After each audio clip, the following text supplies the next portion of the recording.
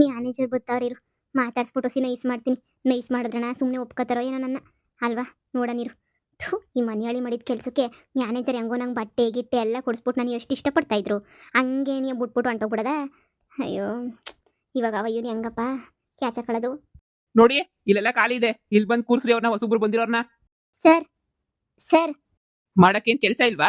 First ಕೆಲಸ ಮಾಡು, ಆಮೇಲೆ ಸರ್ ಅಂತ ಓಡಾಡಿ ಬಂತೆ. ಕೆಲಸ ಎಲ್ಲ ಒಂದು ಕಲ್ತಿರ ಕರೆಕ್ಟಾಗೆ 10 ರೂಪಾಯಿ ಕೆಲಸ ಬರಲ್ಲ, ಏನು ಬರಲ್ಲ. ಸುಮ್ಮನೆ ಸರ್ ಅಂತ ಹೇಳ್ಬಿಟ್ಟು ಸುಮ್ಮನೆ ಹಿಂದಿಂದ ಬರೋದೇನೆ ಕೆಲಸ. ಏನು ಅಷ್ಟೊಂದು ಫ್ರೀ ಆಗೈತೆ ನಿಮ್ಗೆ? ಪುಕ್ಸಟೆ ಕೊಟ್ಬಿಡ್ತಾರೆ ನಿಮ್ಗೆ ಸಂಬಳನ? ಕೆಲಸ ಮಾಡೋದು ಬಿಟ್ಬಿಟ್ಟು ಸುಮ್ಮನೆ ಓಡಾಡ್ಕೊಂಡು ಇರ್ತಿರಲ್ಲ ನೀವು.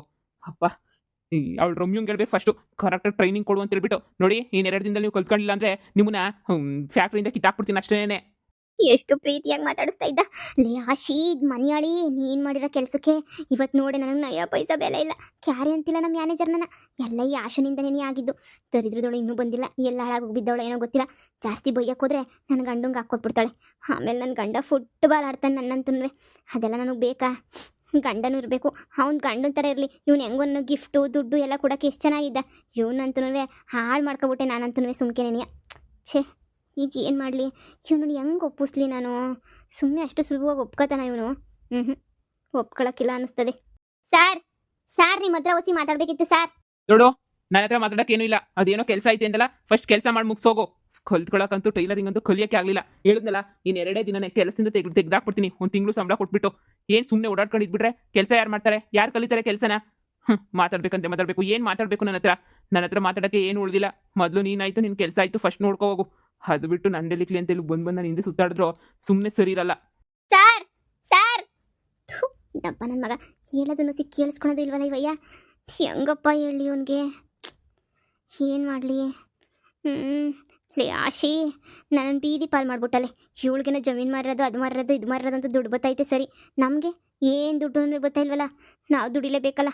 ಹೆಂಗೋ ಮ್ಯಾನೇಜರ್ನ ಕ್ಯಾಚ್ ಹಾಕೊಂಡಿದ್ದೆ, ಅದನ್ನು ಹಾಳು ಮಾಡಾಕ್ಬಿಟ್ರಲ್ಲ. ಇವತ್ತು ಬಿಡಲ್ಲ, ಹೆಂಗನ ಮಾಡಿ ಕನ್ವಿನ್ಸ್ ಮಾಡ್ಬಿಡ್ತೀನಿ ಇರು. ಎಷ್ಟು ಸಲ ಹೇಳ್ಬೇಕು ನಿನಗೆ, ನಾನು ಹಿಂದೆ ಬರಬೇಡ ಅಂತ. ಫ್ಯಾಕ್ಟ್ರಿನಾಗಿರೋಲ್ಲ ನನ್ನೇ ನೋಡ್ತಾವ್ರೆ. ನಿಂಗೇನು ತಲೆಗಿಲೆ ಕೆಟ್ಬಿಟ್ಟಾಯ್ತಾ ಏನೋ? ನನ್ನಿಂದ ಯಾಕೆ ಹಿಂಗೆ ಅಲಿತಾ ಇದೆಯಾ? ಸುಮ್ಮನೆ ಹೋಗಿ ಕೂತ್ಕೊಂಡು ಕೆಲಸ ಮಾಡೋಗು. ಸುಮ್ಮನೆ ಹಿಂದೆ ಬಂದರೆ HR ನಾನು ನೋಡ್ರೆ ತೆಗ್ದಾಕ್ಬಿಡ್ತಾರೆ ಕೆಲಸದಿಂದ. ಕೆಲಸ ಕಾರ್ಯ ಬಿಟ್ಟು ನನ್ನಿಂದನೇ ತಿರುಗ್ತಾವಳು ಸುಮ್ಮನೆ 3 ಬಿಟ್ಟು. ಹೋಗಿ ಕೆಲಸ ಕಾರ್ಯ ನೋಡ್ಕೋ ಹೋಗು. ಇನ್ನೊಂದು ಸಲ ಪದೇ ನಾನು ಹಿಂದೆ ಬಂದೆ ಅಂದರೆ ನಾನಂತೂ ಸುಮ್ಮನೆ ಇರಲ್ಲ. ಏನು ಮಾಡ್ತೀನಿ ನನಗೆ ಗೊತ್ತಿಲ್ಲ. ನಾನು ಹೋಗ್ತೀನಿ, ನಿಮ್ಮ ಹಿಂದೆ ನಾನೇನು ಬರಲ್ಲ. ಆದರೆ ಒಂದೇ ಒಂದ್ಸಲ ನನ್ನ ಮನಸ್ಸಿನ ಮಾತನ್ನ ಕೇಳಿಸ್ಕೊಳ್ಳಿ. ಹೌದು, ನಾನು ಮದುವೆ ಆಗಿದ್ದೀನಿ, ಆದರೆ ನನಗೆ ನನ್ನ ಗಂಡ ಅಂದರೆ ಇಷ್ಟ ಇಲ್ಲ. ನಮ್ಮಮ್ಮ ಬೇಡ ಬೇಡ ಬೇಡ ಅಂದ್ರೂ ಬಲವಂತವಾಗಿ ಮದುವೆ ಮಾಡಿಸ್ಬಿಟ್ರು ನನಗೆ. ನನಗೆ ಅವನ ಜೊತೆ ಭಾಳ ಸ್ವಲ್ಪನೂ ಇಷ್ಟ ಇಲ್ಲ. ಅವನಂತೂ ನಾನು ಚೆನ್ನಾಗೂ ನೋಡ್ಕೊತಾ ಇಲ್ಲ, ಒಂದಿಷ್ಟು ನನ್ನನ್ನು ಸಾಕ್ತಾ ಇಲ್ಲ. ಜೀವನ ತುಂಬ ಕಷ್ಟ ಹೋಗ್ಬಿಟ್ಟೈತೆ. ಅವನನ್ನು ಬಿಡಬೇಕು ಅಂತ ನಿರ್ಧಾರ ಮಾಡಿಬಿಟ್ಟಿದ್ದೀನಿ ನಾನು. ಯಾವಾಗ ಬಿಡ್ತೀನೋ ಏನು ಕತೆನೋ ಗೊತ್ತಿಲ್ಲ. ಬಿಟ್ಬಿಡೋಣ ಅಂತೇಳ್ಬಿಟ್ಟು ನಿರ್ಧಾರ ಮಾಡಿದ್ದೀನಿ. ಹಾಗೆಲ್ಲ ನಿರ್ಧಾರ ಮಾಡಿದ್ಮೇಲೆ ಇನ್ನು ನಾನು ತಾನೇನೇ ಇನ್ನು ಮದುವೆ ಆಗಿದ್ದೀನಿ ಅಂತ ಹೇಳ್ಬಿಟ್ಟು ನಿಮ್ಮ ಹತ್ರ ಹೇಳಿ ಏನು ಪ್ರಯೋಜನ ಹೇಳಿ? ಅದರ ಅವಶ್ಯಕತೆ ತಾನೇ ಏನಿದೆ ಹೇಳಿ? ಅಲ್ವಾ? ಅವಶ್ಯಕತೆನೇ ಇಲ್ಲ ಅಲ್ವಾ ಅದೆಲ್ಲನೂ? ಅದಕ್ಕೇನೆ ನಾನು ಸುಮ್ಮನೆ ನಿಮ್ಮ ಹತ್ರ ಸುಳ್ಳು ಹೇಳಿದೆ. ಅವನಂದರೆ ನನಗೆ ಸ್ವಲ್ಪನೂ ಇಷ್ಟ ಇಲ್ಲ ಸರ್. ಅವನ ಅಮ್ಮನ ಬಲವಂತಕ್ಕೆ ಸರ್ ನಾನು ಮದುವೆ ಮಾಡ್ಕೊಂಡಿದ್ದು. ಇದೇನು ಹೊಸ ಡ್ರಾಮಾ? ಇಷ್ಟ ಇಲ್ಲ ಅಂದರೆ ಇಷ್ಟ ಇಲ್ಲ ಅಂತ ಹೇಳ್ಬೇಕಿತ್ತು. ಮತ್ತೆ ನೀನು ಯಾಕೆ ಮದುವೆ ಮಾಡ್ಕೊಂಡೆ? ಇಷ್ಟ ಇಲ್ಲ ಅಂದರೆ ಇಷ್ಟ ಇಲ್ಲ ಅಂತ ಹೇಳ್ಬೇಕಿತ್ತು. ಹೌದು, ಹೇಳ್ದೆ ನಮ್ಮಮ್ಮಂಗೆ ಇಷ್ಟ ಇಲ್ಲ. ಅವನಂದರೆ ಇಷ್ಟನೇ ಇಲ್ಲ ನನಗೆ, ಸ್ವಲ್ಪನೂ ಇಷ್ಟ ಇಲ್ಲ. ನಾನು ಸತ್ತೋಗ್ತೀನಿ ಅಂತ ಎಷ್ಟು ಹೇಳಿದ್ರು ನಮ್ಮಮ್ಮ ಕೇಳಲೇ ಇಲ್ಲ. ನೋಡು ಹೆಂಗೋ ಚೆನ್ನಾಗಿ ನೋಡ್ಕೊತಾನೆ, ಒಳ್ಳೆ ಹುಡುಗ ಅಂತ ಕೊಟ್ಟು ಮಾಡಿದ್ರು.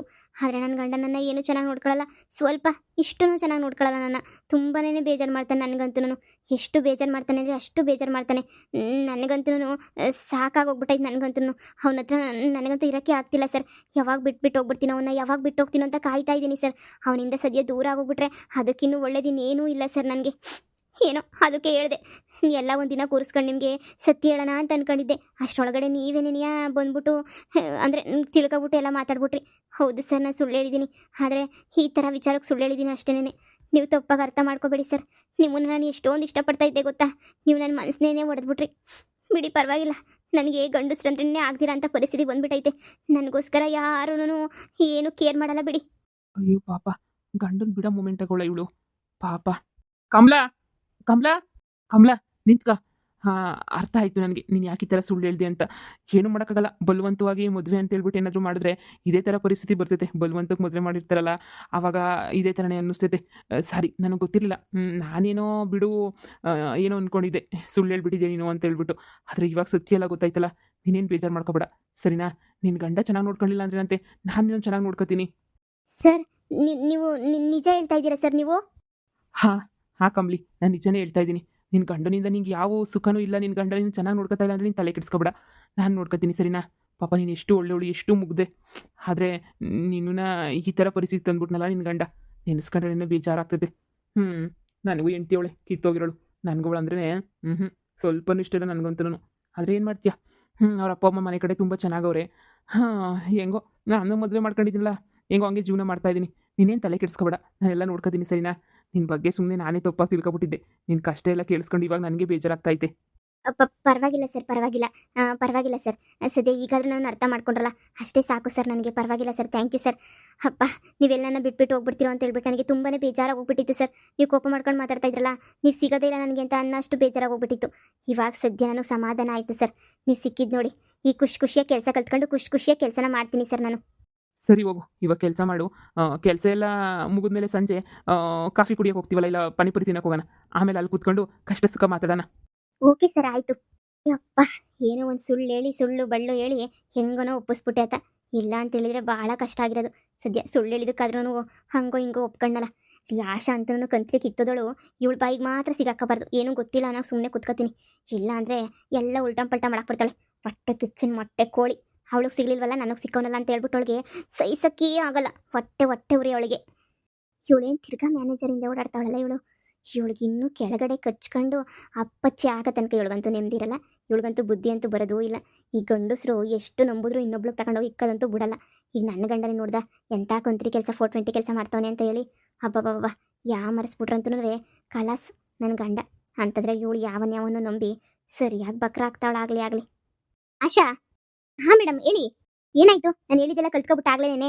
ಹಾಂ ಮೇಡಮ್, ಎಲ್ಲ ಕಲ್ತಿದ್ದೀನಿ ಮೇಡಮ್, ಇನ್ನೇನು ತೊಂದರೆ ಇಲ್ಲ. ಈಗ ನಾನು ಕುತ್ಕೊಂಡು ಮೇನ್ ಲೈನಿಗೆ ಬಂದೇನೆ ಕುತ್ಕೊಂಡು ಕೆಲಸ ಮಾಡ್ಬೋದು ಅಂತ ಅನ್ನಿಸ್ತೈತೆ ಮೇಡಮ್. ಸ್ವಲ್ಪ ಕೆಲಸ ಇತ್ತು ಮೇಡಮ್, ಅದಕ್ಕೆ ಇವತ್ತು ಸ್ವಲ್ಪ ತಡವಾಗಿ ಬಂದ್ಬಿಟ್ಟೆ ಅಷ್ಟೇ. ಅದಕ್ಕೆ ಅಪ್ಪ ಸೆಕ್ಯೂರಿಟಿ ಬಿಡಲೇ ಇಲ್ಲ. ಈ ಫ್ಯಾಕ್ಟ್ರಿನಾಗಿರೋಲ್ಲ ಹೆಣ್ಮಕ್ಳು, ಈ ಮ್ಯಾನೇಜರು ಅವರು ಇವರು ಪರ ಯಾರ್ಯಾರು ಇರ್ತಾರೋ ಆ ಹುಡುಗಿಯರಿಗೆ ಮಾತ್ರನೇ ಎಲ್ಲದಕ್ಕೂ ಎಕ್ಸ್ಕ್ಯೂಸ್ ಕೊಡ್ತಾರೆ. ನಮ್ಮಂಥ ಮರ್ಯಾದಸ್ಥ ಹುಡುಗಿಯರಿಗೆ ಯಾರನ್ನ ಮಗನೂ ಎಕ್ಸ್ಕ್ಯೂಸ್ ಕೊಡೋಕ್ಕಿಲ್ಲ. ನಿಮ್ಮೂರೊಳೊಬ್ಳು ಬಂದವಳಲ್ಲ ಅಳ್ಳಾಡ್ಕೊಂಡು ಕಾಂಬ್ಲಿ ಅಂತ ಹೇಳ್ಬಿಟ್ಟು ಆ ಮ್ಯಾನೇಜರಿಂದ ಸುತ್ತಿ ಅಯ್ಯೋ ಆ ಮ್ಯಾನೇಜರ್ ತಲೆನೇ ಕೆಡಿಸ್ಬಿಟ್ಟವಳೆ. ಆ ಮ್ಯಾನೇಜರ್ ನೋಡ್ದ ಹೆಂಗೆ ಬೇಕೋ ಹಂಗೆ ಕೇಳ್ತಾನೆ. ಅವಳು ಏನು ಹೇಳಿದ್ರೆ ಅದನ್ನೇ ಕೇಳ್ತಾನೆ, ಏನು ಹೇಳಿದ್ರೆ ಅದನ್ನೇ ಮಾಡ್ತಾನೆ. ನಾನು ಹೇಳೋವಷ್ಟು ಹೇಳ್ದೆ ಮೇಡಮ್ ಅವರೇ. ಅಯ್ಯೋ ಬೇಡ ಸುಮ್ಕಿರು ಅಂತ ಹೇಳ್ಬಿಟ್ಟು ಅವಳೇ ದರಿದ್ರದೊಳು ಕೇಳ್ತಿಲ್ಲ ಅವಳು. ಆ ಗಂಡನೂ ಅವನೇ ಸಂದಕವನು ನಿವ್ಗಿನೂ ಅವನು ಒಳ್ಳೆನೇನೆಯ ನಮ್ಮ ರಿಲೇಟಿವ್ ಆಗಬೇಕಾ? ಇವಳಿಗೆ ಅವನೆಲ್ಲ ಬೇಕಾಗೇ ಇಲ್ಲ, ಇವಳಿಗೆ ದುಡ್ಡು ಬೇಕಷ್ಟೇ. ಮ್ಯಾನೇಜರ್ಗೇನು ಒಬ್ಳ ಅದು 10 ಜನ ಹುಡುಗಿರ ಮ್ಯಾನೇಜರ್ ಬಾ. ಇವಳಿದ್ದೆ ಎಲ್ಲೋಯ್ತಾನೆ, ಯಾವಾಗ ತುಬುಕು ನುಗ್ದು ಬಿಟ್ಬಿಡ್ತಾನೋ ಗೊತ್ತಿಲ್ಲ. ಅದಕ್ಕೆಲ್ಲ ಯಾಕೆ ತಲೆ ಕೆಡ್ಸ್ಕೊಂತೀಯ?